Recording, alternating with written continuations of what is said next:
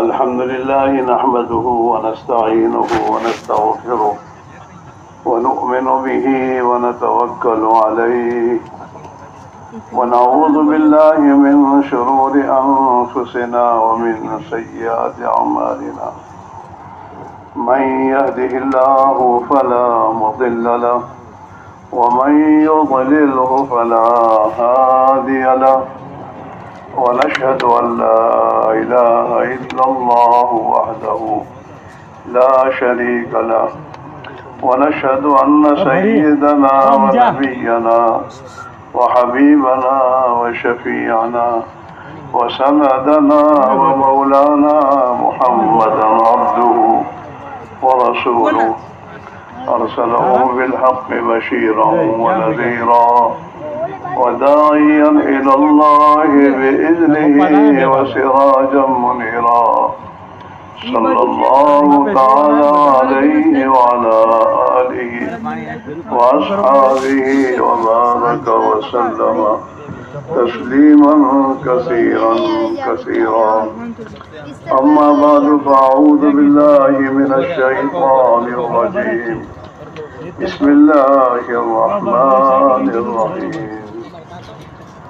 يا أيها الذين آمنوا اتقوا الله ولتنظر نفس ما قدمت لغد واتقوا الله إن الله خبير بما تعملون. ولا تكونوا كالذين نسوا الله فأنساهم أنفسهم أولئك هم الفاسقون.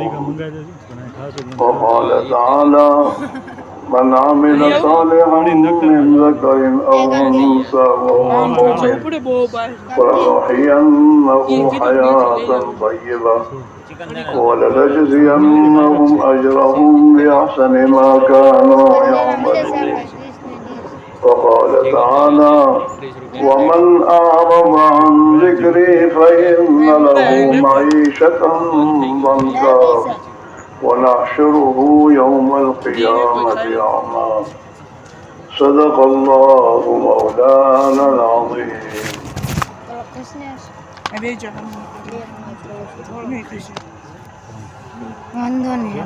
اللہ کے پیارے نبی صلی اللہ علیہ وسلم کے مجلس میں جب صحابہ دین کی باتوں کو سننے کے لیے بیٹھتے تھے تو اتنے مل مل کر بیٹھتے تھے کہ اگر ان کے سروں پر چادر بچھا دی جائے تو درمیان میں جھول نہیں پڑتی تھی. یہ سنت ہے، نبی کا طریقہ ہے، اور جو نبی کے طریقے پر اپنے آپ کو ڈالتے ہیں اللہ انہیں ہدایت دیتا ہے. لہذا ہر آدمی اپنے سامنے دیکھے کہ جگہ ہے تو اس جگہ کو پر کر لو، مل مل کے بیٹھ جاؤ. اللہ نے ہوا چلا رکھی ہے، کوئی تقریر کی بات نہیں ہے. ہر آدمی اپنے سامنے دیکھے، اگر جگہ ہے تو اپنے آپ کو اس جگہ آگے بڑھا کر جگہ کو پر کر لے، نبی کی سنت سمجھ کر کہ میرے نبی علیہ السلام کی سنت ہے اور حضور کی سنت پر میں عمل کروں گا، اللہ مجھے ہدایت دے گا. وَإِن تُطِيعُوهُ تَهْتَدُوا. اگر تم اللہ کے نبی کی اطاعت کرو گے اللہ تمہیں ہدایت دے گا. جو بھائی ہمارے دور دور بیٹھے ہیں وہ بھی مجلس میں آ جائیں. جب اللہ نے آپ کو توفیق دی ہے گھر چھوڑنے کی، کاروبار چھوڑ کر اجتماع میں آنے کی، تو بھائی دوستو اس توفیق کی شکر گزاری یہ ہے کہ ہر عمل میں ہم بہت شوق سے، فکر کے ساتھ اور آداب کی رعایت کے ساتھ شریک ہونے چاہیے. یہ آداب ہے کہ ایمان کی مجلس میں مل مل کے بیٹھنا اور قریب ہو کر بیٹھنا. اور شیطان کے بارے میں یہ آتا ہے کہ جب دو نماز میں، جماعت کی نماز میں جب دو مسلمان اپنے درمیان میں جگہ چھوڑتے ہیں صف میں، تو شیطان ان کے بیچ میں ایسے گھستا ہے جیسے بکری کا چھوٹا بچہ جگہ ملنے پر گھس جاتا ہے. آپ ایسا نہ سمجھیں، ایسی مجلسوں میں ہم اپنے بیچ میں جگہ چھوڑیں گے، وہ آگے بیٹھے گا، اور بیٹھے گا تو آپ کو چین سے سننے دے گا نہیں، وہ کہاں گھمائے گا؟ ہاں، لوگ کہتے ہیں نا نماز وسط سے آتے ہی آتے ہیں، اس کی وجہ یہی ہے کہ ہماری نمازیں سنت سے ہٹی ہوئی ہیں، ہماری صفیں صحیح نہیں ہوتی، ہر آدمی اپنی مرضی سے کھڑا ہوتا ہے۔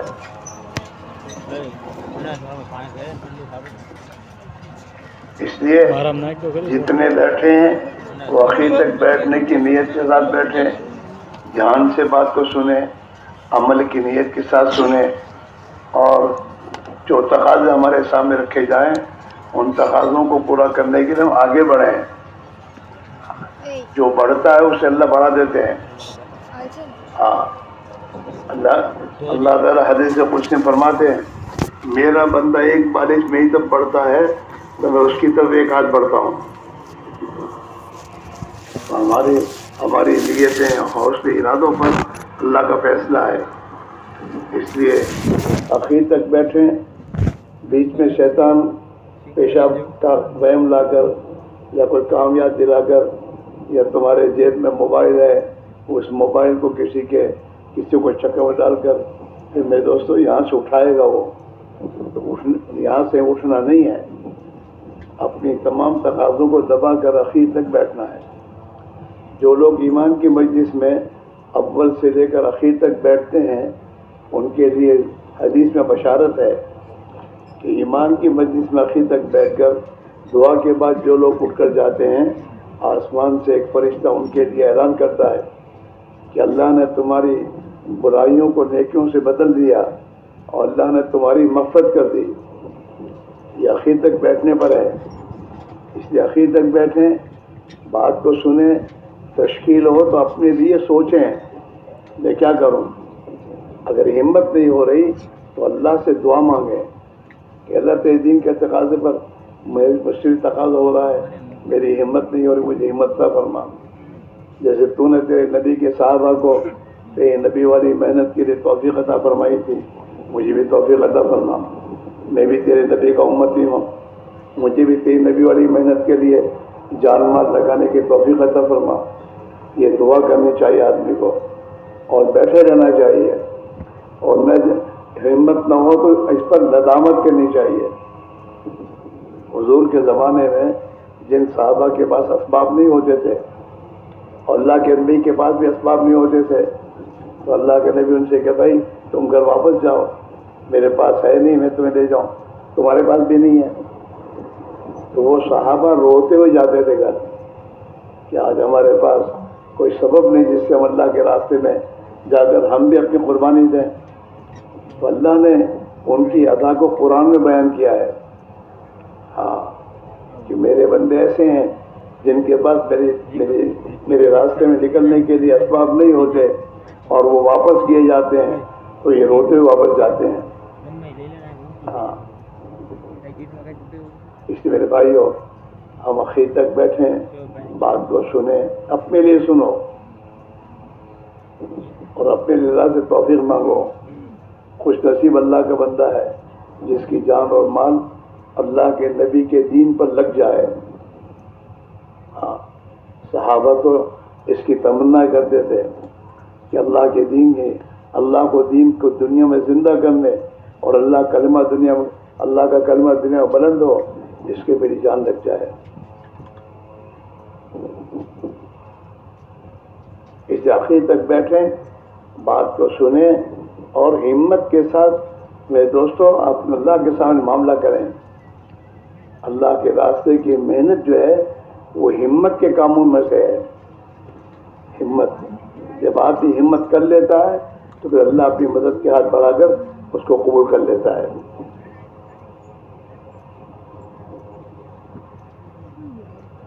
اصل بات یہ میرے بھائیوں کہ ہم دنیا میں جینے کے لیے نہیں آئے، ہم دنیا میں مرنے کے لیے آئے ہیں۔ ہاں، جیسے کسی عورت کے بچے میں بچہ حمل قرار پاتا ہے تو 9 مہینے کے لیے ہے، اس کو بھی باہر آنا ہے، اسے پیدا ہونا ہے۔ اگر وہ عام طریقے پر دنیا میں پیدا نہیں ہوتا تو دنیا کے لوگ آپریشن کر اس کو باہر لاتے ہیں، اسے اندر رہنا نہیں ہے، اسے دنیا میں آنا ہے۔ اس لیے وہ اللہ نے اسے ماں کے پیٹ میں اس کو اندر بنایا ہے. ایسے اللہ نے دنیا میں ان کو پیدا کیا کیوں؟ جانے کے لیے پیدا کیا ہے، رہنے کے لیے نہیں. ہمیں دنیا سے جانا ہے. کہاں جانا ہے؟ کہ ایک آخرت کی ابدی زندگی آنے والی ہے جس کی ہر نبی نے خبر دی ہے، اور جو حق ہے دنیا چھوڑ کر ہمیں وہاں جانا ہے. اسی کی طرف آج امام صاحب نے نماز میں جو قرآن کی آیتیں پڑھی ہیں اسی کی طرف اللہ نے رہبری کی ہے. او ایمان والو اللہ سے ڈرو. کسے ڈرنا چاہیے بولو؟ اللہ سے، جس سے ہم نہیں ڈرتے. ہاں، ہم دنیا کے حالات سے ڈرتے ہیں. دنیا کے حالات سے نقصان ہو جائے گا، یہ ہو جائے گا، وہ ہو جائے گا، میں جماعت میں جاؤں گا تو فلاں ناراض ہو جائے گا. یہ ڈر ہے ہمارے اندر. اللہ کا ڈر نہیں ہے کہ میں اللہ کی دین کی محنت کے لیے اگر پیچھے ہٹ کروں گا تو اللہ ناراض ہوں گے. اللہ سے ڈرنا، اللہ کو ناراض کرنے سے ڈرنا. اللہ سے ڈرنے کے معنی یہ ہے کہ ان کاموں کے کرنے سے ڈرنا کہ جن کاموں سے اللہ ناراض ہوتا ہے. اور جب اللہ ناراض ہوتا ہے تو اللہ تعالیٰ شان ہو انسان پر دنیا میں مصیبتوں کے دروازے کھولتا ہے اور انسانوں کی زندگی کو تنگ کر دیتا ہے. اور ان کے خدا کے ناراض کرنے والے کاموں کے کرنے کی بنا پر اللہ ان پر ظالم حاکموں کو مسلط کرتا ہے. ظالم حاکم آتے ان پر جو انہیں چین سے رہنے دیتے نہیں. یہ سب اللہ کا نظام ہے. کس پر؟ کہ جب انسان دنیا میں اللہ کو ناراض کرنے والے کام کرتا ہے، نمازیں چھوڑتا ہے، جھوٹ بولتا ہے، مکاری کرتا ہے، خدا کی مخلوق کو ستاتا ہے، ماں باپ کو ناراض کرتا ہے، بیوی بچوں کے حقوق کو پائمال کرتا ہے، لوگوں پر ظلم کرتا ہے. یہ کام ایسے ہیں جس سے اللہ ناراض ہوتے ہیں. اور جب اللہ ناراض ہو جاتا ہے تو اللہ کچھ دیر تک تو ان نافرمانوں کو ڈھیل دیتا ہے. اور ڈھیل اس لیے دیتا ہے کہ نادانی میں انہوں برے کام کر رکھے ہیں، شاید اس سے توبہ کر لے، معافی مانگ لے، میں انہیں معاف کر لوں. لیکن پھر جب وہ اپنی غلط زندگی سے توبہ نہیں کرتے، باز نہیں آتے، اپنی نادانی پر جمے رہتے ہیں، پھر اللہ تعالیٰ شان و ناراض ہو کر پھر ایسے انسانوں پر حالات لاتے ہیں. اس لیے میرے بھائی میرا عزیز ہو، ہم دنیا میں رہنے نہیں آئے ہیں. دنیا کی زندگی گزارے کی زندگی ہے، گزارنے کے لیے آئے ہیں. آپ کو پتا ہو کہ ہمارے بڑے بوڑھوں کے زمانے میں کوئی آدمی جب مر جا کے گزری گئے ہو، مری گئے نہیں کہ گزری گئے ہو، یعنی اس کی دنیا کی زندگی گزار لی، اس نے چلا گیا یا انتقال ہو گیا. انتقال ہو گیا کیا مطلب انتقال؟ کہ اب دنیا میں جتنے دن کے لیے آیا تھا وہاں سے آخر تو منتقل ہو گیا. اس کے معنی یہ ہے کہ مرنے کے بعد مٹی نہیں بننا. مرنے کے جیسے ماں کے پیٹ میں آدمی وہاں سے ایک شکل لے کر دنیا میں آیا ہے، منتقل ہوا ہے، ایسے ہی اس انسان کو اس دنیا سے منتقل اللہ کرے گا آخرت میں، وہاں اس کو وہاں کی زندگی دے گا. حق ہے. اللہ کے نبی نے خبر دی ہے کہ جب آدمی مر کر دنیا سے جاتا ہے تو عالم برزخ، آخرت اور دنیا کے درمیان کی ایک زندگی ہے. جسے قبر کہتے ہیں ہم، تو حضور پاک علیہ الصلوۃ والسلام نے فرمایا کہ قبر کی زندگی حق ہے، اور دنیا کے انسان جب مر کر جاتے ہیں تو ان کی قبر یا تو جنت کا باغ ہوتی ہے ان کے لیے، یا پھر جہنم کا ایک گڑھا ہوتی ہے.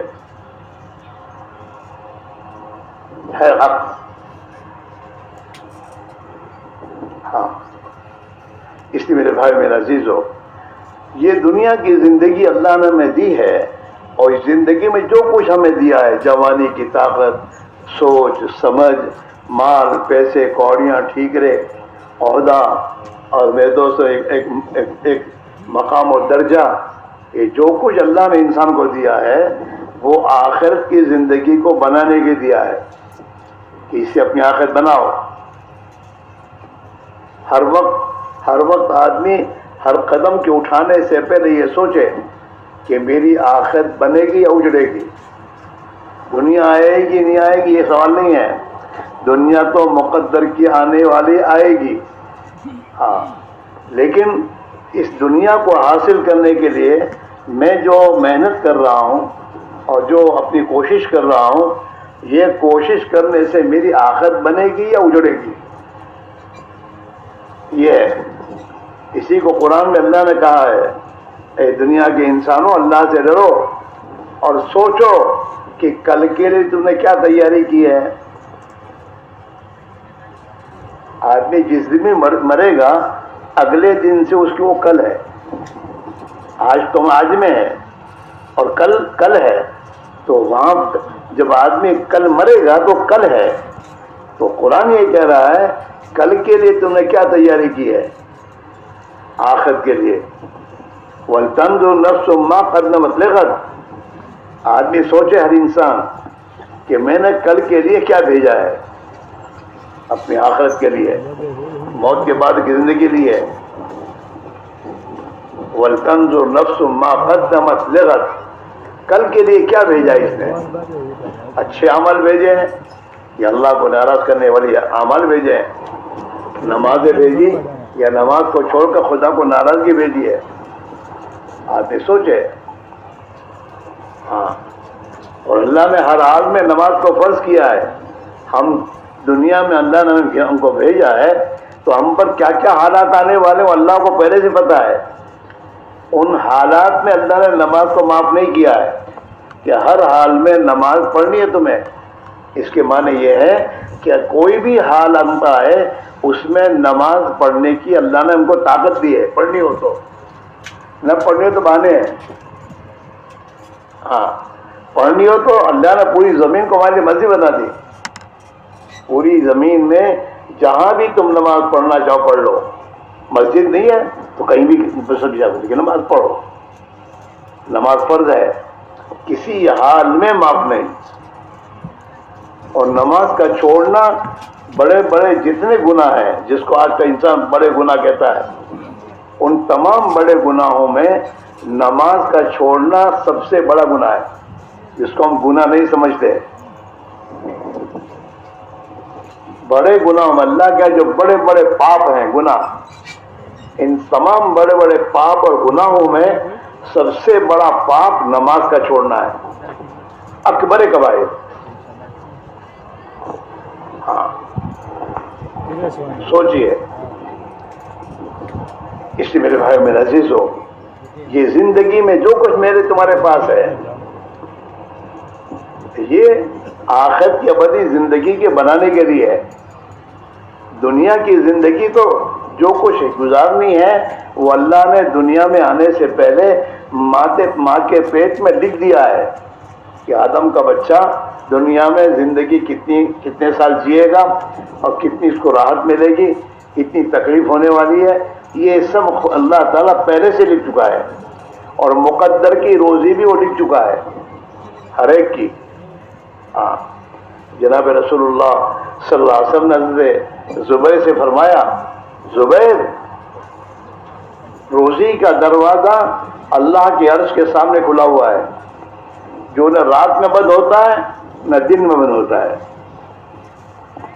ہاں اللہ تعالیٰ نے روزی کا دروازہ کھول رکھا ہے ہر انسان کی مقدر کی روزی پہنچانے کے لیے. اللہ نے فرشتوں کا نظام رکھا ہے اور فرشتے مجبور ہیں کہ ہر آدمی کی اس کی مقدر کی روزی اس تک پہنچائے. جناب رسول اللہ صلی اللہ علیہ وسلم نے فرمایا ہرگز کوئی آدمی اس وقت تک نہیں مرے گا جب تک یہ اپنی مقدر کی روزی پوری نہ کر لے. اس کی مقدر کی روزی پوری کرنی اسے. پھر آپ نے فرمایا جب مقدر کی روزی طے ہے تو روزی حاصل کرنے میں اچھا طریقہ اختیار کرو. حرام طریقے سے روزی مت کماؤ. فاجملوا فی الطلب وتوکلوا علیہ. اچھے طریقے سے حلال طریقے سے روزی کماؤ، وہ تمہاری متعین ہے. اور اللہ پر بھروسہ رکھو. کس پہ بھروسہ رکھنا ہے بولو؟ اللہ پر، مخلوق پر نہیں، نہ بینکوں پر، نہ مالداروں پر، نہ دنیا کے انسانوں پر، نہ مال پیسے اور پراپرٹی پر. بھروسہ اللہ پر رکھنا ہے. ہاں، لن تموت نفس حتى تستكمل رزقها فاجملوا في الطلب وتوکلوا علیہ. روزی کمانے میں مارے مت پھرو. ایک یہ بھی معنی ہے اس کا. فاجملوا فی الطلب، روزی کے حاصل کرنے میں مارے مت پھرو. اللہ پہ بھروسہ رکھو اور اللہ کے حکموں کی رعایت کے ساتھ اپنی روزی کماؤ.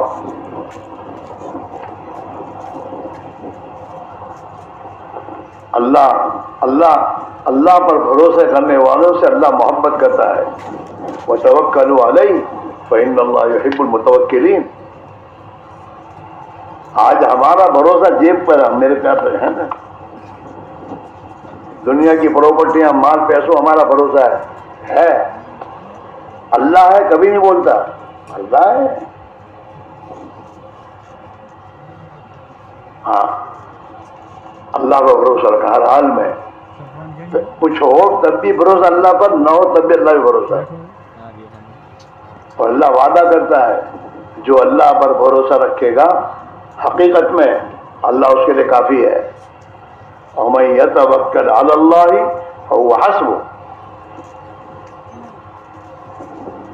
جو بھی اللہ پر بھروسہ رکھے گا اللہ ان کے لیے کافی ہے.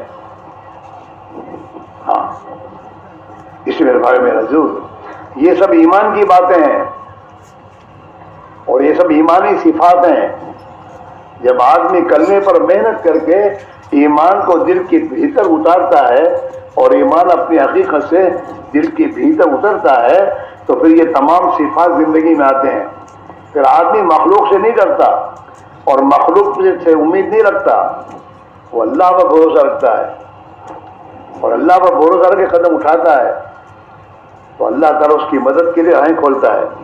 اللہ کی مدد فوراً نہیں آیا کرتی، اللہ کی مدد وقت پر آیا کرتی ہے. ہاں، یہ ہے ضروری. قرآن میں اللہ کا وعدہ ہے وَمَن يَتَوَکَّلْ عَلَى اللَّهِ فَهُوَ حَسْبُهُ. جو بھی اللہ پر توکل کرے گا، بھروسہ رکھے گا، اللہ اس کے لیے کافی ہے. ہاں، ابراہیم علیہ السلام نے اللہ پر بھروسہ کیا. نمرود نے اتنی بڑی آگ سلگائی اور ابراہیم علیہ السلام کو آگ میں ڈالا، لیکن ابراہیم علیہ السلام نے اللہ پر بھروسہ کیا. فرشتے بھی آئے، آپ کہیں تو ہم آپ کی مدد کریں کہ نہیں، میرا اللہ ہے وہ کافی ہے. حسبی اللہ، میرا اللہ میرے کافی ہے. تو اللہ نے حضرت ابراہیم کی مدد فرمائی اور آپ کو حکم دیا کہ خبردار میرے خلیل کی ایک بال بھی چلنا نہیں چاہیے. آگ رہی لیکن آگ نے اپنے اندر کی جو جلانے کی اللہ نے صفت رکھی تھی اس کو استعمال نہیں کیا. ابراہیم علیہ السلام آگ کو اللہ نے باغ بنایا. اللہ بڑی قدرت والے ہیں. ہاں، آگ کو باغ بنا دیں اور باغ کو آگ بنا دیں. اے سی میں رہنے والوں کے لیے بھی اللہ میاں ایسی گرمی لا کے رکھتے کہ اے سی بھی کام نہ کرے. اے سی جنت باغ تھی، باغ کو خدا نے آگ بنایا. ہاں، راحت و آرام کے اسباب ہوتے آدمی کے پاس، لیکن حالات ایسے ہوتے ہیں کہ ان راحت و آرام کے نقشوں میں اس کو راحت نہیں ہوتی. ہاں، تو ایک سب سے پہلی بات میرے دوستو یہ ہے کہ ہم دنیا میں آئے ہیں جینے کے لیے نہیں آئے، مرنے کے لیے آئے ہیں، اور ہماری حقیقی زندگی تو موت کے بعد شروع ہوگی۔ جو زندگی ہمیشہ کی ہے، جہاں کبھی موت نہیں آئے گی اور جہاں سے کبھی انسان کو نکلنا نہیں ہے۔ جناب رسول اللہ صلی اللہ علیہ وسلم نے قسم کھا کے فرمایا ہے، والذی نفس محمد بیدی، میں اس اللہ کی قسم کھا کے کہتا ہوں جس کے ہاتھ میں میری جان ہے، کہ موت کے بعد انسان کے لیے دو ٹھکانوں میں سے ایک ٹھکانہ ضروری ہے، یا تو اسے ہمیشہ کی جنت میں جانا ہے یا ہمیشہ کی جہنم میں جانا ہے، تیسری جگہ نہیں ہے۔ دو جگہوں میں سے ایک جگہ جانا ہے دنیا کے ہر انسان کو۔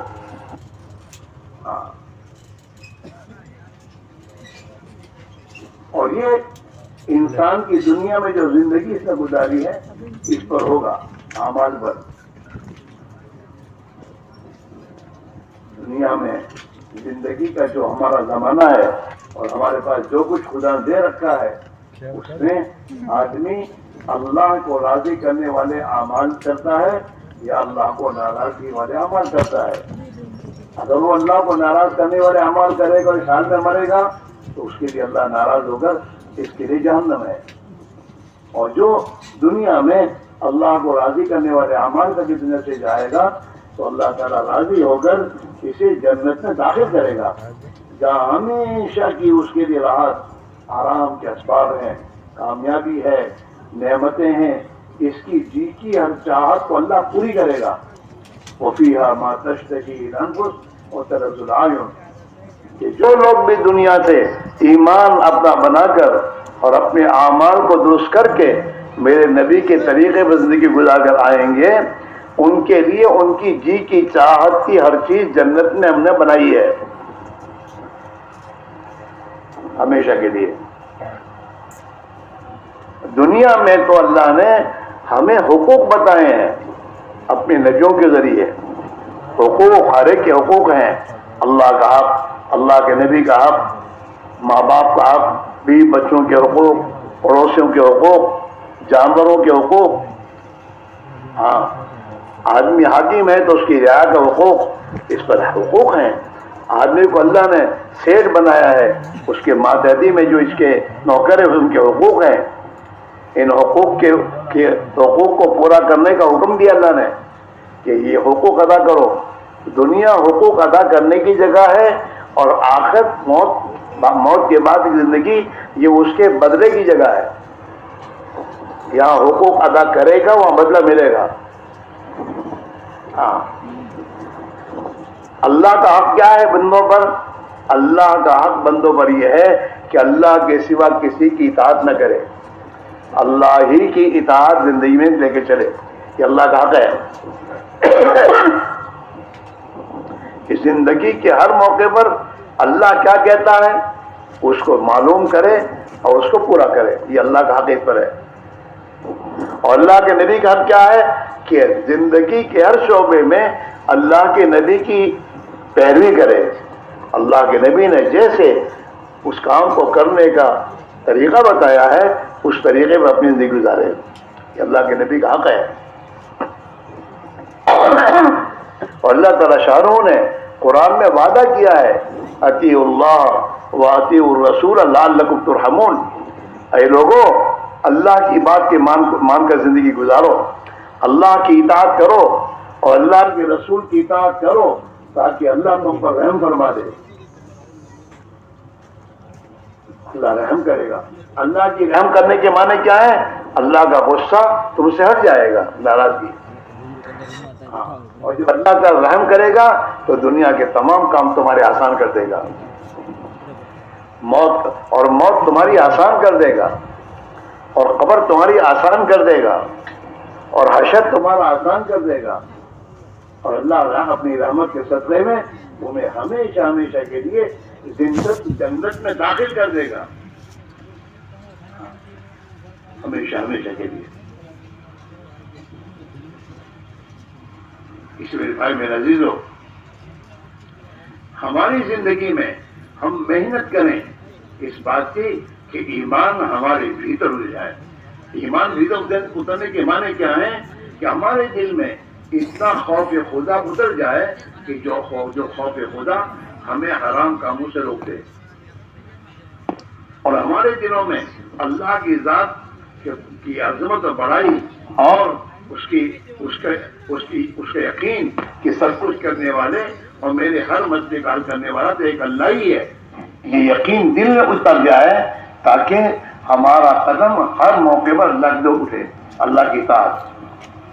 ہم تجارتوں میں، کاروبار میں یہ سیکھیں کہ اللہ تعالی شانوں کا حکم کیا ہے، اللہ کس طریقے سے خوش ہوگا، اس طریقے سے میں اپنی تجارت کروں تاکہ اللہ خوش ہو کر تجارت میں برکت دے گا اور میری تجارت کے مسائل آسان کرے گا، اور اللہ تعالیٰ خوش ہو کر دنیا میں بھی مجھے خوشحال زندگی دے گا. اور جو لوگ تجارت اللہ کے حکموں کی رعایت کے ساتھ کریں گے اللہ ان کا حشر نبیوں کے ساتھ کرے گا. اللہ کے نبی نے خبر دی ہے التاجر الصدوق الامین، سچائی کے ساتھ تجارت کرنے والا اور امانت داری کے ساتھ جو تجارت کرے گا اللہ انہیں قیامت کے دن نبیوں کے ساتھ حشر فرمائیں گے. ہاں،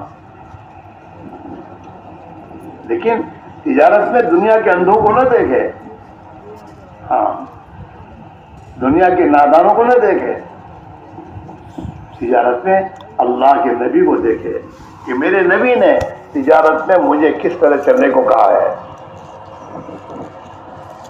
تجارت میں خدا کے احکام نہ ٹوٹنے دے، اللہ کے جس وقت کا جو حکم ہے ان حکموں کو پورا کرے. تو یہ تجارت اس کے لیے قیامت کے دن نجات کا ذریعہ بنے گی. ہاں، ایسے ہر کام مزدور مزدوری میں اللہ کا حکم کی رعایت کرے، نبی کے طریقے کی رعایت کے ساتھ کرے تو اس کی مزدوری اسے جنت میں لے جائے گی. اللہ کے نبی نے فرمایا کہ جو مزدور گھر سے نکلتا ہے مزدوری کے لیے، حلال پاک روزی کمانے کے لیے، جب یہ شام کو تھک کر گھر آتا ہے تو اللہ اس کے تمام گناہوں کو معاف کر دیتا ہے. ہاں، اس میں بھائی میرے عزیزو، سب سے پہلی بنیادی بات یہ ہے کہ ہم جیسے صحابہ نے اللہ کے راستے کی نقل و حرکت محنت کے ذریعے اپنی دل کی گہرائی میں اللہ کی ذات عالی کا خوف اور اللہ کی قدرت کا یقین دل میں اتارا تھا، ہم اتاریں. جب دل میں ایمان اپنی جگہ پہنچ جاتا ہے تو پھر انسان کی زندگی ایمانی بن جاتی ہے. اللہ کے نبی نے خبر دی ہے الایمان ما وقر فی القلب وصدقه العمل، ایمان کی جگہ دل ہے. جب ایمان دل میں پہنچ جاتا ہے تو پھر اس کی زندگی اس کی تصدیق کرتی ہے، اس کی زندگی اس کا پروف بنتی ہے، پروف کہ ایماندار ہے. آپ انسان کے اعمال سے ایماندار بے ایمان ہونے کا فیصلہ کرتے ہیں. آپ کیا ایماندار تھے نہ ایمان تھے اس کے کام سے. ہاں، اللہ تعالیٰ یہ کہتے ہیں کہ جب ایماندار بننا ہے تمہیں تو محنت کر کے ایمان کو دل میں پہنچا دو. محنت کر کے جب ایمان دل میں پہنچ جائے گا تو یہ ایمان اپنا اثر دکھائے گا، انسان کی زندگی ایمانی بن جائے گی. الایمان ما وقر فی القلب وصدقه العمل. انسان جسمانی بیمار ہوتا ہے اور اس بیماری کا علاج کیا جاتا ہے اور علاج میں دوائیں آتی ہیں، تو دوائیاں آدمی کھاتا ہے اور جب کھاتا وہ اپنی جگہ پہنچ جاتی ہے تو دوائیوں سے وہ بیماری دور ہو جاتی ہے. سر میں درد ہے لیکن ڈاکٹر نے اس کو کہا یہ گولی کھاؤ، سر میں درد ہے اور گولی کھانے کو دیتا ہے. اگر آدمی گولی کھا لے اور اس کو اپنی جگہ پہنچا دے تو سر کا درد دور ہو جاتا ہے. لیکن گولی آدمی لے کر کباڑ میں رکھ دے تو سر کا درد دور ہوگا نہ. گولی سے شیر مرے گا لیکن کب؟ جب گولی بندوق میں ہوگی اور مارو گے تو شیر مرے گا، ہاتھ سے مارو گے تو گولی ہے لیکن ہاتھ سے ماری بلی کو تو بلی مرے گی نہ. ایسے ایمان جب اپنی جگہ پہنچ جاتا ہے تو یہ ایمان اپنی تاثیر دکھاتا ہے. یہ تبلیغ کی محنت اس کی ہے کہ جس دنیا میں رہتے رہتے دنیا بکتے بکتے یہ دنیا اندر آئی ہے، اس کا یقین، اس کا ڈر، اس کی امید ہے میرے پاس مال آئے گا، میری زندگی بنے گی، ہمارا کام پیسے سے آم سے ٹیم سے، یہ سب اندر آیا ہے۔ پیسے پر یقین، دنیا پر یقین، دنیا والوں پر یقین۔ ہاں، جن دنیا والوں پر یقین ہوتا ہے وہ جیسا کہ تیسا کرتا ہے آدمی، ان کو ناراض نہیں کرتا، کیا رہتا ہوں کیوں، ان کے ساتھ یقین وابستہ ہے۔ لیکن جب جماعت سے آدمی نکلے گا، گھروں کو جس دکان پر یہ بیٹھے بیٹھے بت بنا ہوا ہے، چھو تو کام پھنسے، نہیں تو کام پھنسے کیسے؟ ابھی ہم ایک جگہ گئے تھے، وہ ہماری گودرے کا ایک بڑی عمر کی ساتھی تھے ہماری، جیسے ہماری عمر کے، میں نے کہا بھائی چھوکرے کو بھیجنے جماتا ہے، کہنا گھومو تو اندر اٹھ جائے۔ یہ ابھی تم میں سے بہت سے جان سمجھتے ہیں جماعت میں جવું મારે ضروری છે، મારી યકીન મને બનાવવું જરૂરી છે، لیکن اسے یہی چیز آتا હતી کہ હું જઉં છું જઈશ તો પછી કામનું શું؟ کبھی اس کی نگاہ اللہ پر نہیں جاتی، اللہ سے اللہ کرશે۔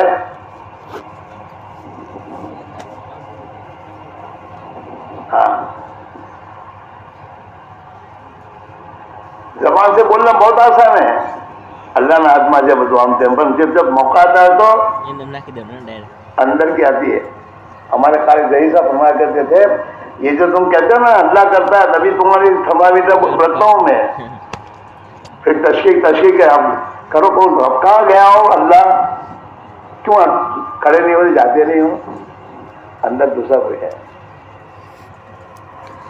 اس میرے بھائی میرے عزیزو، ایمان کی محنت ہے۔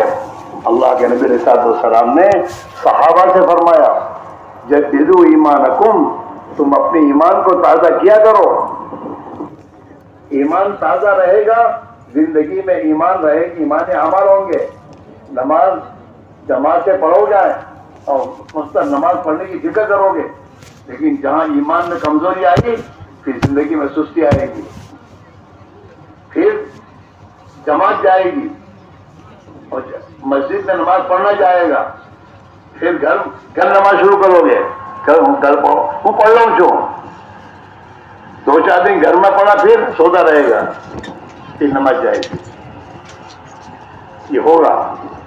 نماز میں ایمان میں جتنی قوت آدمی میں پیدا ہوتی ہے اتنا دل میں اللہ کی اطاعت کا جذبہ پیدا ہوتا ہے، عبادت کا جذبہ پیدا ہوتا ہے، غریبوں کی مدد کرنے کی فکریں پیدا ہوتی ہیں، اور انسان گناہوں سے بچنا شروع کرتا ہے۔ اور جہاں ایمان میں کمزوری آتی ہے پھر آدمی میں سستی اور غفلت آتی ہے، اور ایمان ایک درجے پر رہتا نہیں، جتنی ایمان کی محنت کرے گا اتنا ایمان میں قوت پیدا ہوتی رہے گی۔ حضور نے صحابہ سے ہی کہا اپنے ایمان کو تازہ کیا کرو، صحابہ نے فوراً پوچھا حضور ایمان کو تازہ کریں کس طرح سے کریں، ایمان تازہ کیسے ہوگا؟ ان کو تو کرنا ہوتا ہے، اپنے سے زیادہ نہیں ہے۔ اجتماع میں آئے، سن کر جائے، انشاءاللہ گیا۔ صحابہ ایسے نہیں تھے، صحابہ جس چیز کو سنتے تھے وہ کرنے کی نیت سے سنتے تھے، تو جب حضور نے فرمایا ایمان کو تازہ کرو تو تم کو تو کرنا تھا، کہ ایمان تازہ کیسے ہو؟ کیف نجدد ایماننا یا رسول اللہ، ہم کس طریقے سے ایمان کو تازہ کریں؟ تو جناب رسول اللہ صلی اللہ علیہ وسلم فرمایا اکثروا بقول لا الہ الا اللہ، لا الہ الا اللہ کو کثرت سے کہو اور اس کو بولو، جس کے ذریعے تمہارے دل میں تمہارے ایمان کو پانی پہنچے گا اور تازہ ہوتا رہے گا۔ اللہ کو بولنا آج یہ ہے ہی نہیں، اللہ کو تو بولتا ہی نہیں، 50 کو بولتا ہے، ہاں آنا تھی کام سے آم کرے سے آم کہی، یہ کیا کہے کہ تو پیشاب کرنے میں اللہ کا محتاج ہے، چاہے وہ منسٹر بنا ہوا یا پرائم منسٹر بنایا ہو یا بادشاہ بنا ہوا ہو، اس کے ہاتھ میں کیا ہے؟ کیا یہ تو خود پیشاب کرنے اللہ کا محتاج ہے. اگر اللہ اس کا پیشاب روک دے تو کیا کر سکتا ہے؟ لیکن ہم کیا اس سے ہوگا، یہ کرتا ہے، یہ کرتا ہے، یہ کرتا ہے. ہاں اللہ کو تو بولتا نہیں اللہ کریں گے، اللہ سے ہو رہا ہے. اردو کیا فرمائے؟ اللہ کو بولو، اکثروا بقول لا الہ الا اللہ. لا الہ الا اللہ کو کثرت سے کہو زبان سے. اپنے بچوں کو ایک سامنے یہی بولو کہ بیٹا ہماری پرورش اللہ کرتے ہیں، یہ روٹی اللہ کھلا رہا ہے، میں نہیں کھلا رہا. تجھے بھی اللہ کھلا رہا ہے، مجھے بھی اللہ کھلا رہا ہے. اس روٹی کو بھی پیٹ میں ہضم اللہ کرتا ہے ہوگی. اگر اللہ ہضم نہ کرے تو درد شروع ہو جائے گا. ہاں تو سب کچھ اللہ کر رہے ہیں. یہ بولنا، ایمان کو بولنا، جس کو ہم کہتے ہیں کہ مسجد کی جماعت میں بیٹھو اور مسجد سے نکلو دین کی محنت کے لیے، ایمان کے لیے. گھر گھر جا کر اللہ کو بولو اور اللہ کی دعوت دو، آخرت کو بولو، موت اور مابعد الموت کو کہو، بولو. جتنا ہم اس کو بولیں گے، دعوت دیں گے، اتنا سب سے پہلے ہی ہمارے دل میں آئے گی بات. سامنے والے کے دل میں تو بعد میں آئے گی. ہاں اور جس دن یہ درد دل میں پیدا ہو گیا مجھے مرنا ہے، اللہ کو جواب دینا ہے، اس دن سے آدمی اپنی غلط زندگی کو چھوڑ دے گا. مجھے مرنا ہے، اللہ کو جواب دینا ہے. آج ہمارے ذہنوں میں موت اور آخرت ہے ہی نہیں. کبھی ہمارے گھروں میں اس کا تذکرہ نہیں ہے. دوستوں میں آپس میں ایک دوسرے کو کبھی کوئی آدمی کہ بھائی مرون ہو شما موت آوا نہیں سے اپنوں خبر محسوس ہے کوئی نہیں. اور حضور پاک علیہ الصلوۃ والسلام نے اپنی امت سے فرمایا اکثرو ذکر حازم اللذات، کہ موت کو کثرت سے یاد کرو، جو موت تمہاری لذتوں کو ختم کر دے گی. موت آنے کے بعد تو ایئر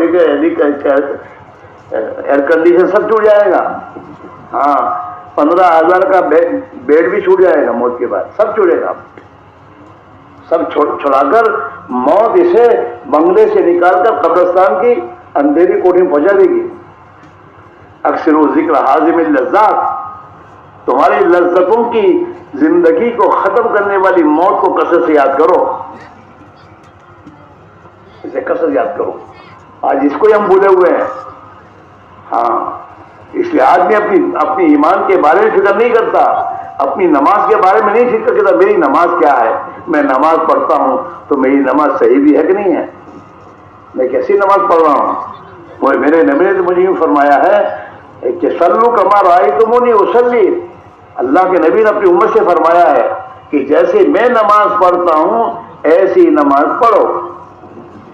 کبھی پوچھا علماء سے کہ حضور کی نماز کیسی تھی؟ حضور نماز کیسے ادا کرتے تھے؟ کبھی نہیں. 100 کی نوٹ آتی ہے، کوئی نئی چھپی ہوئی تو سوچتا کہ صحیح ہے کہ نہیں ہے، پوچھتا ہے دو کو کیا نوٹ صحیح ہے ورنہ کلر اچھا ہے. اور جس نماز اور ایمان پر آخرت کی پوری زندگی کا مدار ہے، اس کے بارے میں جو بچپنے میں نماز پڑھتے تھے وہی پڑھتے آ رہے ہیں.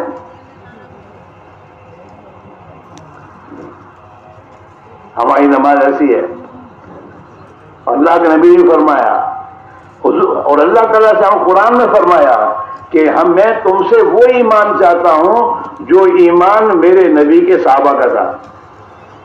وہ ایمان لاؤ اور بناؤ. اور اللہ کے نبی کیا کہہ رہے ہیں؟ نماز وہ پڑھو جیسے میں پڑھتا ہوں، سیکھو. اور آپ نے نماز کیسی پڑھنی چاہیے؟ نماز تو اللہ کے نبی نے فرمایا کہ نماز اور عبادت ایسے کرو گویا تم اللہ کو دیکھ رہے ہو. اللہ تمہارے سامنے ہے. اس جان سے نماز پڑھو. ایک چھوٹا بچہ ہے نا، اس کا استاد ہوتا ہے نا، تو نماز صحیح چیزیں پڑھتا ہے، ادھر تو دیکھتا نہیں کہ ہم چھوٹی پڑے گی. تو یہ بچے کا باوا اگر اس کو دھیان ہو میرا اللہ مجھے دیکھ رہا ہے یا اللہ میرے سامنے ہے تو یہ نماز میں کھیلے گا؟ نماز ادھر ادھر جائے گا ہی ہے. یہ اللہ دیکھ رہا ہے. اللہ سب جانتا ہے کہ میں کہاں جا رہا ہوں، میرا خیال کہاں جا رہا ہے، میری نگاہ کہاں پھر رہی ہے. ہاں نماز بنانے سے بنے گی. اسے تبلیغ میں نکلنے کے بعد سب سے پہلے ایمان پر محنت کروائی جاتی ہے، اور دوسرا نماز صحیح کرنے کی محنت کی جاتی ہے. نماز صحیح کرو. اور جو لوگ تبلیغ میں جا کر نماز صحیح نہیں کر رہے وہ اپنا وقت صحیح نہیں گزار رہے ہیں. اپنی نماز کو صحیح کرنا اور اپنی ایمان کو ایسا بنانا جو ایمان ہمیں خدا کی طاعت پر کھڑا کر دے اور جو ایمان ہمیں حرام کاموں سے روک دے. ہاں حرام کاموں سے رکنا چاہیے. ہاں چاہے کتنی نمازیں پڑھو لیکن حرام کاموں سے نہیں رک رہے ہو تو میرے دوستو یہ حرام ہماری نمازوں کو بھی برباد کر دے گی. ایک لقمہ پیٹ میں حرام کی کمائی کا جاتا ہے تو اس سے 40 دن کی نمازیں قبول نہیں ہوتی. ایک کپڑا اس نے پہنا ہے اس کپڑے میں 8 آنے حرام کے ہوں گے تو جب تک یہ کپڑا جسم پر ہوگا اور اس سے نماز پڑھے گا نماز قبول نہیں ہوگی.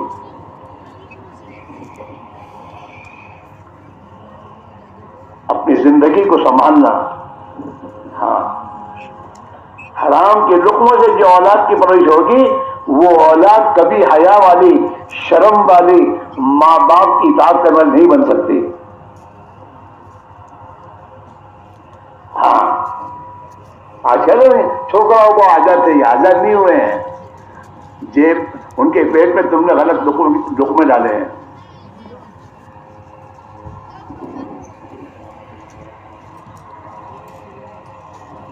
جیسے سڑا ہوا کھانا آدمی کھاتا ہے، سڑا ہوا کھانا کھائے تو اس کے جسم میں بیماری پیدا ہوتی نہیں ہوتی، آدمی بیمار ہو جاتا ہے.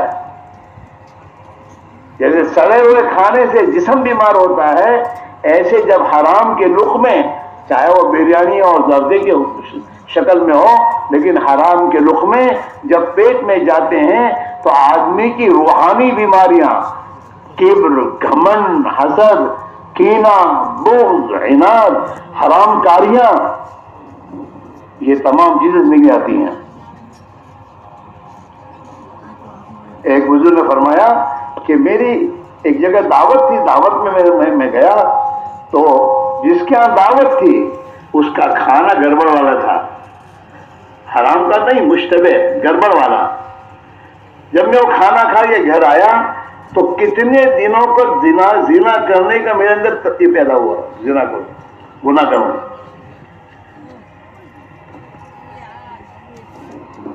ہاں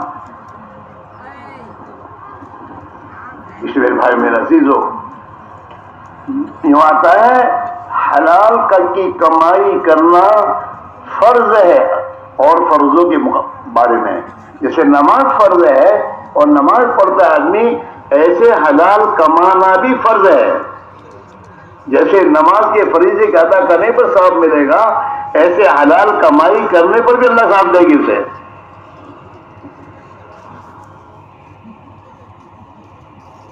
اس میں بھائی میرا عزیز ہو تبلیغ میں 6 نمبر ہیں. ایک ایمان بناؤ، ایک نماز صحیح کرو، ایک 24 گھنٹے کی زندگی نبی کے طریقے پر گزارنا سیکھو. علم ہے، علم. تیسرا نمبر علم ہے اور اس علم کو سیکھ کر علم کے مطابق زندگی گزارنے کے لیے ذکر ہے. صرف سیکھنے کا نام علم نہیں ہے، علم ایسا سیکھنا جو زندگی میں لانا ہے عمل کے ساتھ. تو تیسرا نمبر علم ذکر کا ہے. ہر آدمی موت تک علم و ذکر کا محتاج ہے، موت تک. العلم من المہد الی اللحد کہ دین کا علم گہوارے سے لے کر کھوڑیو تمہیں کھوڑیو ہاں کھوڑیا تھی لئی نہ قبر سودی علم سیکھو ضروری ہے. ہر موقع کا علم سیکھنا پڑے گا آپ کو. ہاں بچے تھے تو بچے ماں باپ کے ذمہ بچے کا علم سیکھنا ضروری ہے. بچہ جوان ہوا، اب اس پر اپنی جوانی کے زمانے میں جو کام کی کر رہا ہے اس کا علم سیکھنا ضروری ہے. شادی کر لی تو شادی کے بعد علم اس کو اس لائن کا سیکھنا پڑے گا. بچہ ہوا تو بچے کے بوائس کا علم سیکھنا پڑے گا. بال بچوں کے کھانے پینے کے لیے کمانے جا رہا ہے تو کمانے کی لائن کا علم سیکھنا ہوگا. ہر لائن کا ہر وقت علم سیکھ کر اس کے مطابق چلنا ہوگا. اسے تیسرا نمبر تبلیغ میں علم و ذکر ہے کہ ہر موقع کا علم سیکھ کر اس کے مطابق وہ کام کرو. مولوی تو آپ نہیں بن سکتے لیکن آپ ہر موقع کا مولوی صاحب سے بات پوچھ کر سکتے ہو. صحیح تحقیق کرنا چاہیے، تحقیق. اور میرے بھائیوں، جیسے اللہ نے اپنے حقوق بتائے ہیں، اپنے نبی کے حقوق بتائے ہیں، اپنے بندوں کے حقوق بتائے ہیں. ہاں چوتھا نمبر اقرار میں مسلم ہے کہ مجھ پر مسلمانوں کے کیا حقوق ہیں، جن جن سے میرا معاملہ ہے ان کے حقوق کیا ہیں. میں شادی کر کے گھر میں بیوی لایا، بیوی کا کیا ہے. میری اولاد ہوگی، اولاد کا حقوق کیا ہے. میں شادی کر کے جس کی لڑکی لایا ہوں ان کے حقوق مجھ پر کیا ہے. میں اپنے ماں باپ کا بیٹا ہوں، میرے ماں باپ کے کیا حقوق ہیں. میرے بھائی بہن ہیں، ان کے حقوق کیا ہیں. میرا کاروبار ہے، کاروبار میں میرے نوکر ہیں، ان کے حقوق کیا ہیں. میری دکان کے بڑوں سے دوسروں کی دکانیں ہیں، ان کے حقوق کیا ہیں. میں نے گھر میں بکری پالی ہے تو بکری کا حق کیا ہے. ہاں جو بھی جن سے جتنے ہمارے تعلقات بڑھیں گے اتنے حقوق بڑھیں گے. ان کے حقوق معلوم کرنا اور ان کے حقوق کو ادا کرنا یہ ہمارے ذمہ ہے. اور زندگی میں جو کام بھی کرے آدمی دنیا والوں کے لیے نہ کرے، اللہ کے لیے کرے. اللہ کے لیے، اللہ کو راضی کرنے کے لیے. دنیا والوں کو راضی ناراض کرنے کا کوئی سوال نہیں ہے. اللہ کے لیے کرنا. مجھے لوگ اچھا کرے، بڑا کہے، سیٹ کہے اس لیے نہیں، اللہ کے لیے. کوئی کہے نہ کہے اپنی بلا سے. اللہ مجھے کہے کہ میرا بندہ ہے، میرے بندے نے یہ عمل میرے لیے کیا ہے، میں اس سے راضی ہوں. تو اللہ کو خوش کرنے کے لیے کام کرے، اپنے بال بچوں کو تربیت کرے اللہ کے لیے. اللہ خوش ہو. لوگ کیا کہیں گے اس لیے نہیں، اللہ کو راضی کرنا. ہاں اس حدیث میں آتا ہے آدمی جو پیسہ اپنے بال بچوں پر خرچ کرتا ہے اس پر بھی اللہ صدقے کے ساتھ دے گا اس کو، اللہ کے لیے. کہ میرے اللہ نے جو حکم دیا ہے کہ اپنے بال بچوں کی پرورش میں مال خرچ کروں. میری جیسی حیثیت ہے اس حیثیت سے مجھے اپنے بال بچوں کے لیے خرچہ دینا ہوگا. دنیا والوں سے ڈر کے مت کرو، اللہ سے ڈرو. اللہ جانتا ہے میرے پاس میری حیثیت کتنی اور میں کتنا کر رہا ہوں. کون بولے؟ ہاں اللہ نے جہاں مال دیا کسی کو تو مال کے خرچ کرنے کی جگہیں بتائی ہیں قرآن پاک میں. وَآتَ الْمَالَ عَلَىٰ حُبِّهِ ذَوِي الْقُرْبَىٰ وَالْيَتَامَىٰ وَالْمَسَاكِينَ وَابْنَ السَّبِيلِ وَالسَّائِلِينَ وَفِي الرِّقَابِ. کہ میں نے جن کو مال دیا ہے وہ اللہ کی محبت میں اس مال کو اپنے رشتہ داروں پہ خرچ کرتا ہے. وَآتَ الْمَالَ عَلَىٰ ذَوِي الْقُرْبَىٰ، قریبی رشتہ داروں کو. رشتہ دار لڑنے کے لیے نہیں ہے، آج تو لڑائی رشتہ داروں سے ہی ہے. رشتہ دار لڑنے کے لیے نہیں، رشتہ دار تو محبت کرنے کے لیے ہے. اور رشتہ دار تو اگر اللہ نے مجھے مال دیا تو ان کی مدد کرنے کے لیے ہے. وَآتَ الْمَالَ عَلَىٰ حُبِّهِ ذَوِي الْقُرْبَىٰ، اپنے رشتہ داروں کو خرچ کرتا ہے. وَالْيَتَامَىٰ، یتیموں پر. وَالْمَسَاكِینَ، اور مسکینوں پر. وَابْنَ السَّبِیلِ، مسافروں پر. آدمی اپنے محلے میں کوئی اجنبی آدمی دیکھے تو اس کا اخلاقی فریضہ کہاں سے ہے پوچھے. مسافر ہے اور اس کے کھانے کا انتظام کرے. مسجد میں ایک نیا آدمی آیا ہے، یہ نہیں کہ بھاگ جائے نماز پڑھ کے. وہ اپنے سبیل مسافر وسائلین، ضرورت مند لوگ جو مانگنے آئے ان مانگنے والوں کو دینا. ہاں، وفد وقاف، جو لوگ کسی کی غلامی میں پھنسے ہوئے ہیں، ہاں ان کو اس سے آزادی. جیسے بہت سے مسلمان قرضوں میں پھنسے ہوئے ہیں، اور ان کو قرضوں سے نکالنے کے لیے خدا نے مجھے مال دیا ہے، میں ان کو قرضوں سے نکالوں. یہ تمام چیزیں میرے بھائیوں، مال اللہ نے دیا ہے تو مال کو خرچ کرنے کی جگہیں بتائی ہیں. زکوٰۃ تو آخری درجہ ہے. زکوٰۃ تو جو آدمی اللہ کا دیو مال اللہ کے بندوں پر نہ خرچ کرے تو آخری درجہ یہ ہے کہ تو اپنے مال کا 40واں حصہ وہ نکال کر دے. نہیں دے گا تو جہنم کی تیاری کر.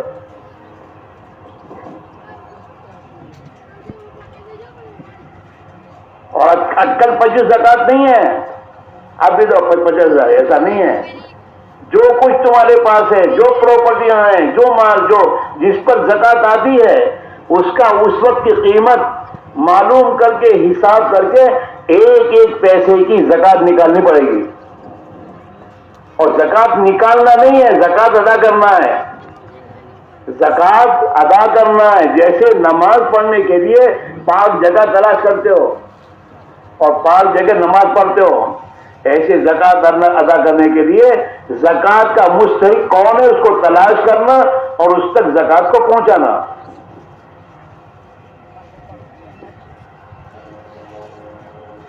گھر بیٹھے ہوئی جگہ تھوڑی ادا ہوتی ہے.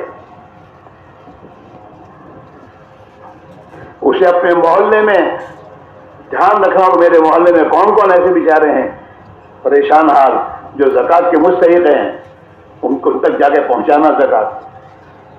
اپنے اطراف میں، ہاں ہم اسے تو کہہ رہے ہیں 3 دن کی جماعتوں میں جاؤ اطراف میں دیہاتوں میں اور 3 دن لگاؤ اور وہاں حالات بساؤ کے دیکھو وہاں کون کون مستحق لوگ ہیں، کون کون بیچارے ہیں، تو تمہاری زکوٰۃ جگہ پر ادا ہوں گی. گھر بیٹھے زکوٰۃ نہیں ہوا کرتی. پھر زکوٰۃ ادا کرنے کے آداب سیکھو. مالدار ہونا کوئی مشکل نہیں ہے. مالدار تو آدمی چور بھی ہو جاتا ہے، مالدار تو چوری کر کے، یہ کوئی کمال کی بات نہیں ہے. مالدار بننا اللہ کو راضی کر کے اور اللہ کے حکموں کو پر چلتے ہوئے پھر اس مال کے حقوق ادا کرنا.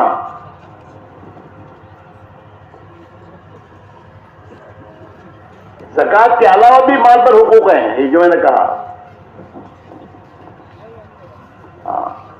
بہت سے پوری زکوٰۃ تو کیا ہے حساب ان کا حساب ہی پتہ نہیں کیسے کرتی ہے، اور حساب کرنے کے بعد پھر ادا کرنے میں رسید پھاڑو زکوٰۃ. یہ زکوٰۃ کا مستحق ہے بھی کہ نہیں، تحقیق کرو. اس میرے بھائی میرے عزیزو، یہ چیز فکر آئے گی محنت سے، دین کی محنت. جتنا اللہ کے راہ میں نکلتے رہو گے اور جتنا ایمان کو پانی پہنچاتے رہو گے اتنا زندگی آخرت کی فکر کی آئے گی اور زندگی احتیاط آئے گی. احتیاطی زندگی میں مجھے احتیاط سے کاروبار کرنا چاہیے کہ حرام سے حرام میرے کاروبار میں حرام نہ آئے. مجھے کپڑے وغیرہ پہننے میں احتیاط کرنا چاہیے کہ جیسے کپڑوں سے اللہ کے نبی نے مجھے منع کیا ہے ایسے کپڑے میری زندگی میں نہ جائے. ہاں میری شادی میں مجھے احتیاط کرنا ہوگا کہ اللہ کی ناراضگی کا کوئی کام نہ ہو جائے. ہر چیز میں احتیاط آئے گا. جب ایمان پر محنت ہوگی اور ایمان میں اندر پانی پہنچے گا تو پھر تقویٰ آئے گا، اور تقویٰ جتنا زندگی میں آئے گا اتنا احتیاط آئے گا. کھانے میں، پینے میں، خرچ کرنے میں، کمانے میں، شادی میں، بیاہ میں، بچوں کی تربیت میں. اپنی جی کی چاہتے کوئی نہیں کرے گا بھی ہے. علم کا نمبر سب جگہ آئے گا. تبلیغ میں یہ سیکھنا ہے کہ ہماری نمازیں صحیح ہو، ہمارا ایمان اور کلمہ صحیح ہو، ہماری 24 گھنٹے کی زندگی نبی کے طریقے پر ہو.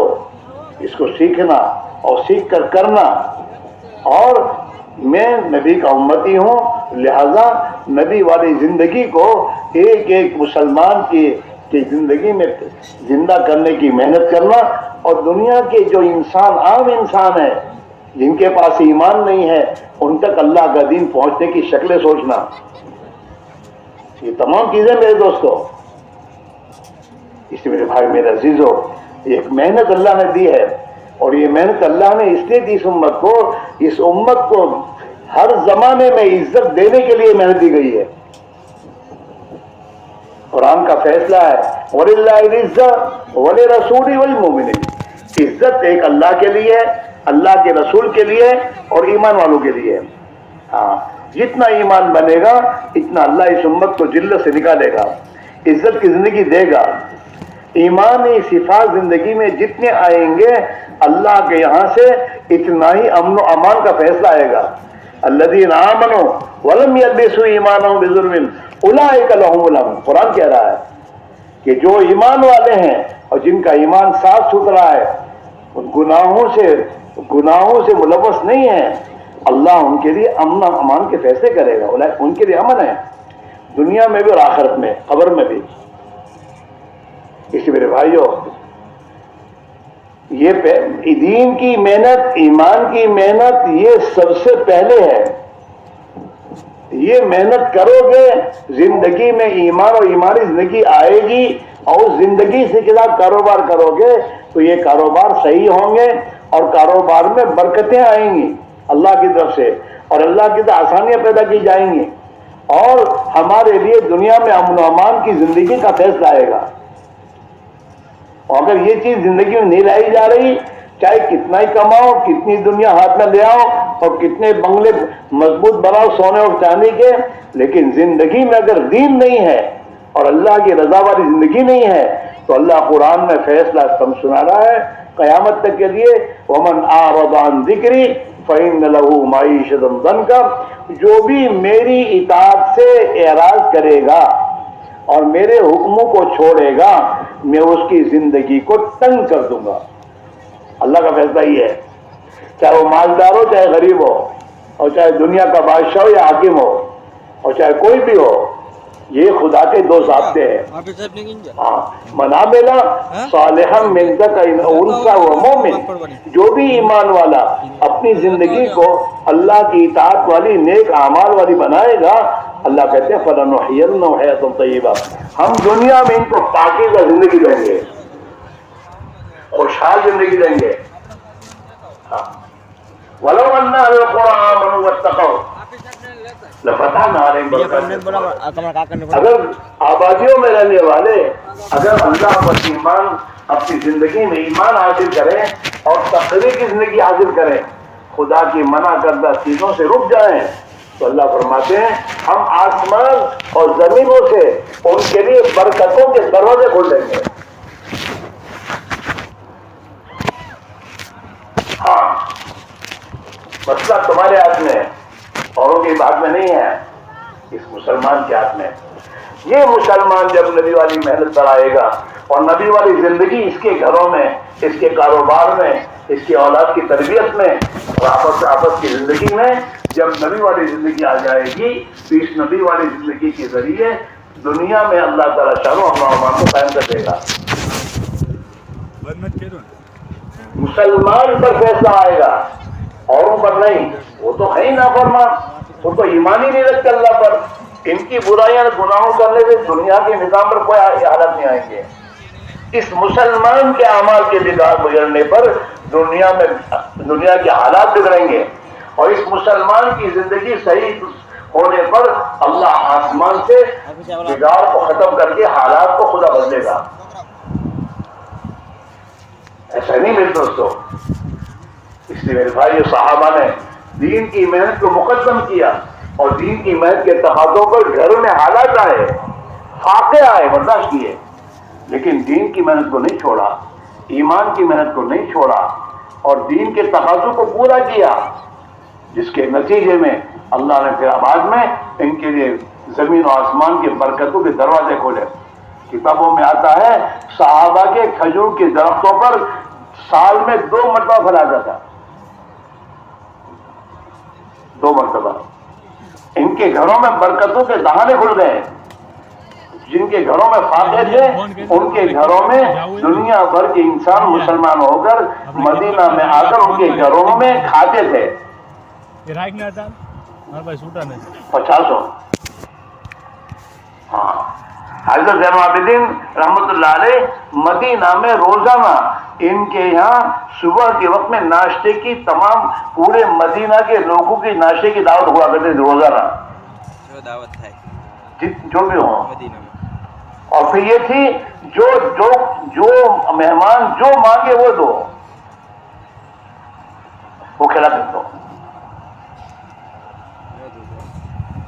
اس میں بھائی میرے عزیزو، یہ ہے راستہ برکتوں کا، خیریت کا، امن و امان کی زندگی آنے کا، محبت زندگی میں آنے کا، اور آپس کی دشمنیوں کے ختم کرنے کا. اور میرے دوستوں، اللہ کی مددوں اور برکتوں اور رحمتوں کے آنے کا راستہ ہے. معمولی محنت نہیں ہے. اس دنیا کی محنت کو چھوڑ کر اس کو آگے پیچھے کر کے دین کی محنت میں خود لگو، اپنے اولاد کو لگاؤ. تقویٰ لاؤ زندگی میں، خدا کا ڈر، خدا کی اطاعت کو لاؤ زندگی میں. گھروں سے خدا کے دشمنوں کے طریقے نکال کر نبی کی سنت والی زندگی جس میں خیر ہی خیر ہے، جس میں برکت ہی برکت ہے، جس میں رحمت ہی رحمت ہے، یہ زندگی جب گھروں میں آئے گی تو تمام مشکلات آسان ہو جائیں گے. پھر دعائیں کرائیں گے، تم ہی دعا والے بن جاؤ گے. اس راستے سے آدمی خود دعا والا بنتا ہے. اور اللہ کے نبی نے اپنی امت کو دعا ہی کی تاکید کی ہے. کہیں تو آپ نے فرمایا جب مسلمان فرض نماز پڑھ کر اللہ سے دعا مانگتا ہے اللہ اس کی دعا قبول کرتا ہے. کہیں تو آپ نے فرمایا تمہاری ضرورتوں کو فرض نماز کے بعد اللہ سے مانگا کرو، دعا مانگو. کوئی ضرورت آ گئی دعا مانگو، نماز پڑھو.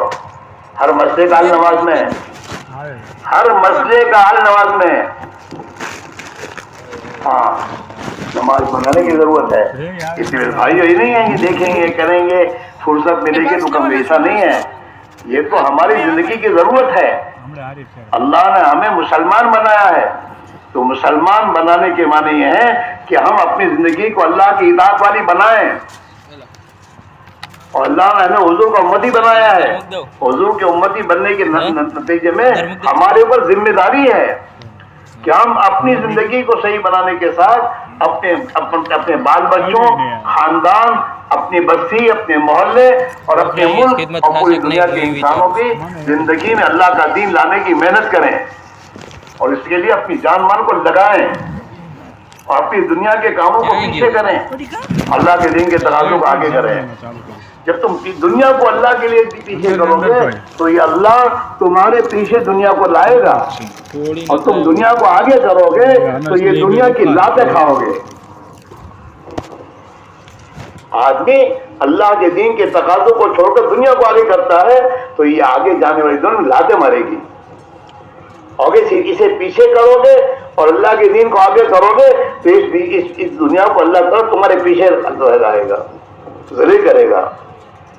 اس میرے بھائیوں آپ سے گزارش ہے، برسوں سے تمہارے پاس اجتماعات ہوتے رہتے ہیں، بات سمجھاتے رہتے ہیں. اب میرے بھائیوں فیصلہ تو تمہیں کرنا ہے کہ ہماری زندگی میں، ہمارے گھر میں، ہمارے کاروبار میں اللہ کا دین آئے، اللہ کی مدد کے راستے آئیں. اس کے لیے ہمیں اللہ کا دین سیکھنا ہے، ایمان اتنا بنانا ہے جو ایمان ہمیں خدا کی نافرمانی سے روک دے. ہماری زندگی میں تقویٰ آئے، توکل آئے، اللہ کا تعلق پیدا ہے. اللہ کا تعلق پیدا کرو. دنیا والوں سے تعلق پیدا کر کیا کرو گے؟ یہ تو سب حضرات پرستے ہیں. اللہ کو ہم سے کوئی غرض نہیں ہے. اللہ سے تعلق پیدا کرنے والا اللہ کی مدد کا مستحق بنتا ہے. اس میرے بھائی میرے عزیزو آپ سے گزارش یہ ہے کہ اپنی دنیا میں سے وقت نکال کر نکلو گے تو کام سمجھ میں آئے گا، دین بنے گا. ورنہ اس کبیرہ دنیا میں اور اس غلط ماحول میں جہاں 24 گھنٹے دنیا دنیا دنیا ہے تو یہ میرے دوست ہمارے دل سے نکلے گی نہیں. لا الہ پہلے ہے، سب سے پہلے دنیا دنیا اور اللہ کے غیر کو دل سے نکالو پہلے لا الہ. اور الا اللہ بعد میں ہے، پھر اللہ اترے گا دل میں. تو یہ جو بزرگ کہتے ہیں گھر چھوڑو کاروبار چاہتے، یہ گھر سے، گھر بیوی بچے ان کی محبتیں دل سے نکلیں، اور ان کا جو یقین دل میں ہے وہ نکلے پہلے، اور اللہ کے راہ سے نکل کر اللہ کو بولو، تاکہ اللہ کا یقین دل میں آئے، آخر دل میں آئے، اور ایمان اتنا مضبوط ہو کہ جو ایمان ہر حال میں اللہ ہی کی طرف لے جائے، پھر حالات کا متاثر نہیں کرے گا. جب دل میں ہی آئے گا نا کہ اللہ کی طرف سے ہے، پھر آدمی کوئی پریشان نہیں ہوتا کہ اللہ کی طرف سے، اللہ رو کر دے گا. ہاں، اس میرے بھائیوں فرصت نہیں ملے گی. آج ہم نے تبلیغ کو دین کے کام کو کیا نہیں فرصت، اور صحابہ کے یہاں کیا تھا، دنیا کے کام فرصت میں، دین پہلے ہے، دین کے تقاضے پہلے ہیں. چاہے اس دین کے تقاضوں کو پورا کرنے میں فاقے آئے تو برداشت کریں گے. پیٹ پر پتھر باندھے پیٹ پر پتھر باندھے. اللہ کے راستے میں کھانا اور توشہ ختم ہو گیا تو میرے دوستو ایک کھجور کھا کے چلتے رہے. کھجور بھی پورے ہو گئے تو کھجور کی گٹلی چوس کے چلے، لیکن دین کے تقاضوں میں نہیں کیا. لیکن جب اللہ نے دیکھا کہ میرے بندوں کے پاس کھانا ہے ہی نہیں اور یہ تو ایک گٹلی چوس کے چل رہا ہے، تو پھر اللہ نے دریا کو، سمندر کو حکم دیا پھینک میرے بندوں کے لیے مچھلی. تو سمندر نے اتنی بڑی مچھلی پھینکی کہ 300 صحابے کی جماعت تھی، انہوں نے 18 دن تک اس مچھلی کا گوشت کھایا. 18 دن تک اکیلا گوشت، اتنی بڑی مچھلی تھی وہ. تو ایک صحابی نے دیکھا کتنی بڑی مچھلی، تو اس کی پسلی کھڑی کی، اور پسلی کھڑی کر کے اونٹ پر سوار ہو کے اس کے نیچے سے نکلے. اتنی بڑی مچھلی تھی امبر. اور پھر اس کا گوشت مدینہ لے گئے حضور کی خدمت میں، اور حضور کی خدمت، حضور کے کچھ قصہ سنایا کہ حضور یہ حال ہو گیا تھا، سمندر کے کنارے پر پہنچ، اللہ نے ہماری مدد فرمائی اور اللہ نے ہمارے لیے مچھلی کا انتظام کیا، اور اس مچھلی کا گوشت ہم لائے ہیں. کہ لائے ہو؟ کہ مجھے تو میں بھی کھاؤں گا. تو مدد تو آتی ہے لیکن وقت پر آتی ہے، ہم تو پہلے مانگتے ہیں کہ 4 مہینہ جو مجھے تو جا تو صحیح. اللہ پر کو چھوڑ، جن کاموں کو تو تیرے پر بلا رہا ہے اسے اللہ پر چھوڑ، اور اللہ کے دین کے تقاضوں کو پورا کر، اور جب دیکھ اللہ کو تو اللہ تیری مدد کریں گے، وقت پر کریں گے. مدد متعین ہے.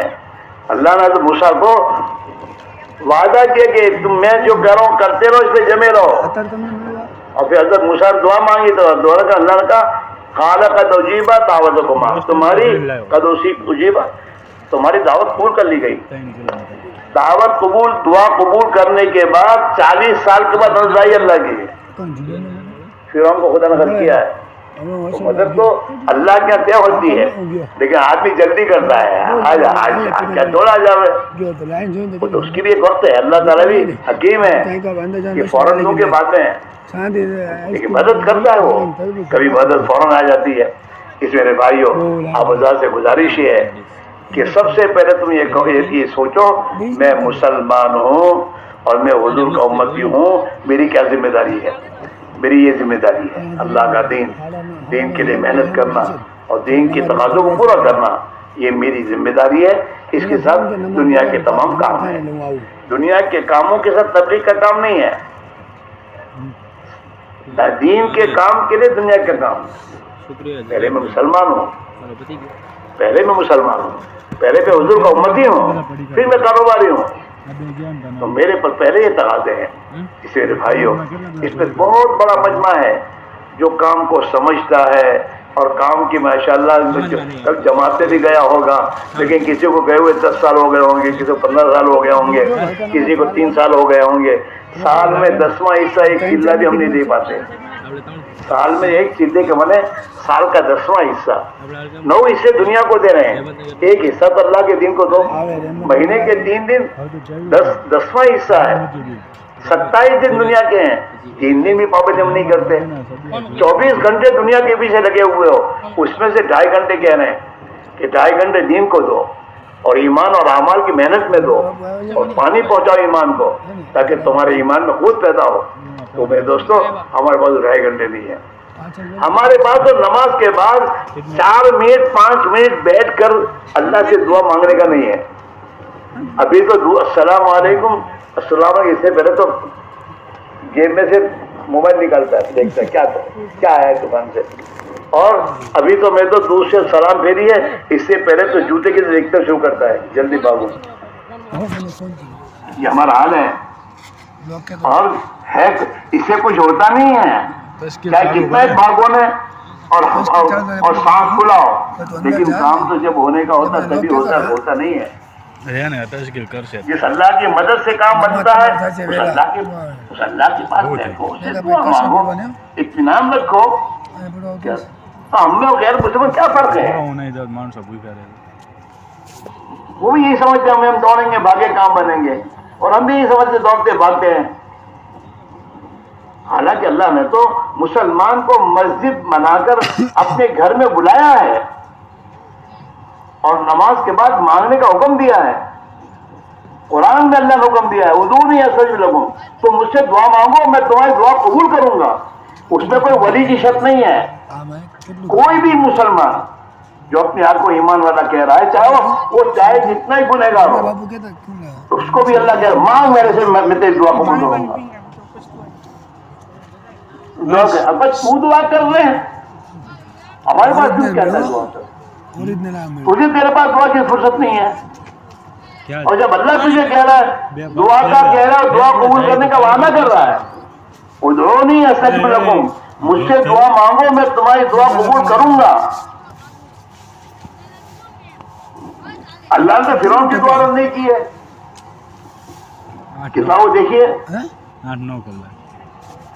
بس اللہ کو تو بندہ بہت پسند ہے، جو گناہ کر کے بھی اللہ کے پاس آتے، اللہ میں اس سے گناہ ہو گیا معاف کر دے، اللہ کو بندہ بہت پسند ہے۔